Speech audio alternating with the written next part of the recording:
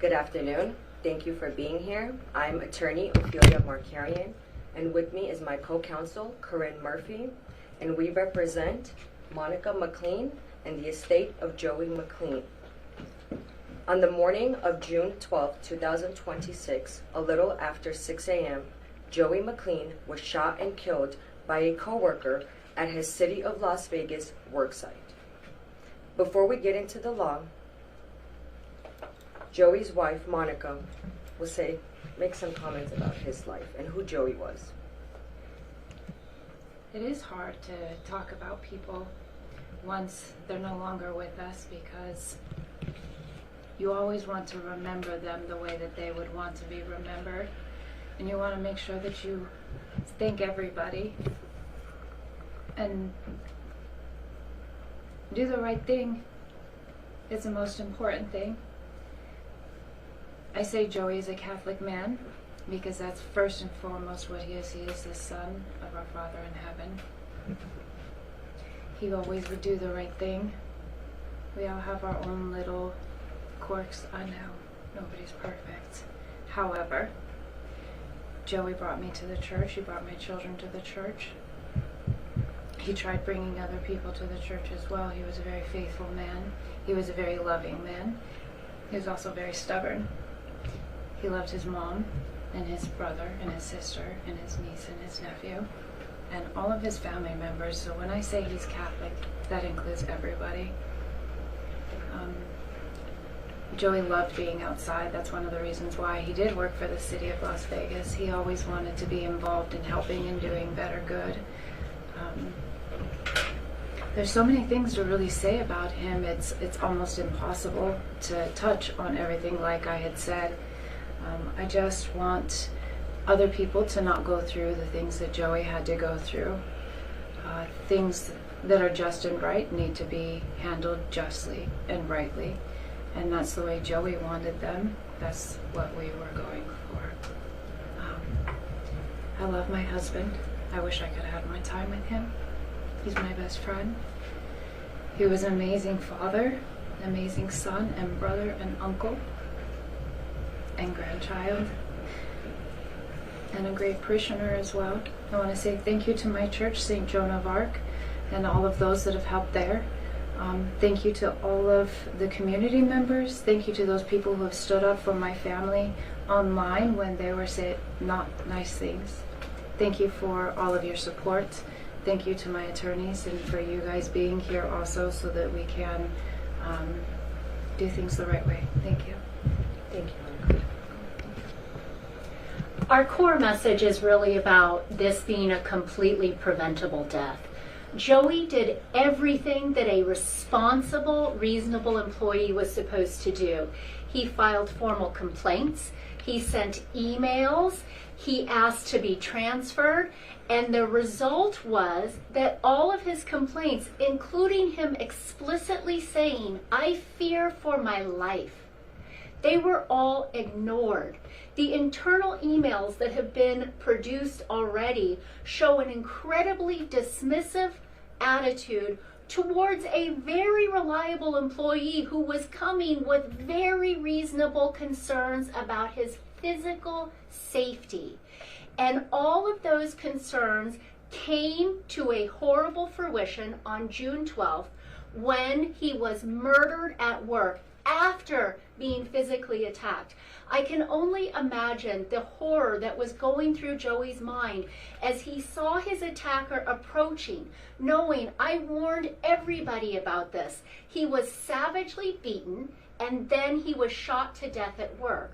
We are here because we want answers, and we want to make sure that no family ever goes through what the McLean family is going through right now. Everyone is entitled to go to work and have it be a violence-free place. Everybody. And the fact that it wasn't, not just that it wasn't violent-free, but for months, he said, "Please help me. Please, please, please help me." And all of his reasonable and accurate fears were summarily dismissed, all of them. So we are here to ensure that this never happens to another family again. One of the layers of tragedies was that Joey was actually a workplace advocate. He was an advocate that advocated for workplace safety. He brought OSHA into his workplace environment. He was trying to organize union representation. He wanted everyone who worked at his same place to have a better and safe environment. And he ended up being murdered at work. It is a horrible turn of events, although nobody deserves to be murdered, especially here. This was a good, God-fearing man who followed every single step that the city told him to follow in order to say, I am in danger. And none of those steps work. We will be finding out why he couldn't be transferred, why they even taking it as the most neutral look at this.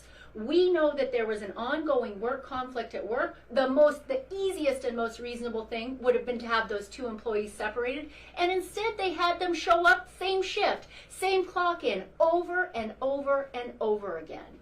This was a failure on the part of the city of Las Vegas to keep one of its employees safe. Now, if there are any questions at all, I would be happy to answer. Both Ophelia and I would be happy to answer any questions. I want to get to the brass tacks of this. What is the complaint? Has it been filed? And has it been filed against you? Okay, so in order to file the complaint, first we have to set up the estate, and that is in the process right now. Once the estate is set up, then we will move forward with filing a complaint. It will be a complaint against the city of Las Vegas. It will be a 1983 action because we all have our right to liberty and health and life, and those rights, those institutional rights that we are all entitled to under the Constitution, Joey was denied those. And so we will be seeking relief under those claims. The allegation then is lack of, what is the chief allegation? Well, the chief allegation in sum and substance is that they failed to keep an employee safe. And this was not the unexpected criminal actions these weren't the unexpected criminal actions of a third party. This was somebody who Joey had warned his employer about again and again and again, and he said, he is a physical threat to me. We are entitled to go to work, especially when we work for the government. We are entitled to go to work and have it be a violence-free environment. And we cannot stop people unexpectedly acting violent, but the city especially has a duty to separate employees or keep an employee who is prone to violence and has been having escalating issues with another employee at work. The city is not going to be holding a press conference today. You guys are holding a press conference, so I want to air at least what we've heard from the city and get a reaction to it. The city, in both the records requests that we've received and also what the mayor said, is that effort was underway to respond. What is your response to that about efforts on part of supervisors, complaints being read and received wasn't enough? My understanding is that they were going to write Joey up the morning that he got murdered. And the fact that they say efforts were underway is meaningless when this has been going on for months and months and months. 5 and 6 and 7 months is long enough for an employer to take action. For them to give this very, neutral response of like, well, efforts were underway, those efforts were worthless because Joey's not here. My last question is, you said specifically a dismissive attitude on behalf of the city that you've seen.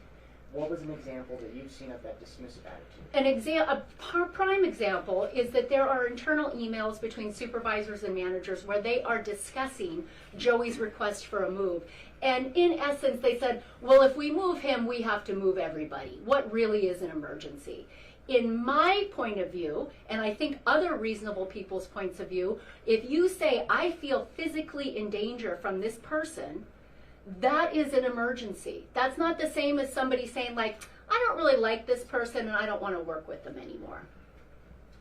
One question for you. What's about to be undertook is going to be, I imagine, quite long and arduous. What are you currently feeling as you're about to take these next steps? I have hope, a lot of anxiety, but I do have my faith, and I know that I have a good support team. And thank you for all of you being here also to receive other information. But it has been hard. He was my best friend. It was my other half, if you will, I know. So it is hard not having that person there to support me going through all of this, but I will do anything and everything that I can. I will be here, and we will get the truth of what happened. And Joey did deserve the right to life, as does every other person. So thank you. Is there anything we didn't ask about that you'd like to add? This is a free space here. Anything with the stories that you feel is important for folks to know? I think just the focus on, we want the focus obviously to be on Joey as well. Sometimes these news stories, the focus then becomes on the defendant and this, that, and the other. We do want to remember Joey, who really was an excellent man, a wonderful husband, a valued member of the community, and how unnecessary his death was. We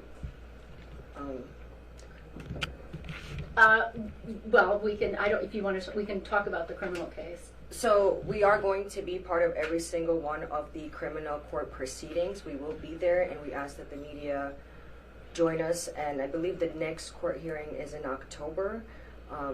So we ask that you're there so that we bring presence and. I want to make sure I understand. Are you saying you'll be present, or you filed an intervention? No. Oh. Well, we will be following the criminal case as well. Gotcha. Very good. Yes, and we ask that you guys do as well. I think the biggest thing is that this was foreseeable and it was preventable. That is our message to the city of Las Vegas and the point of our press conference.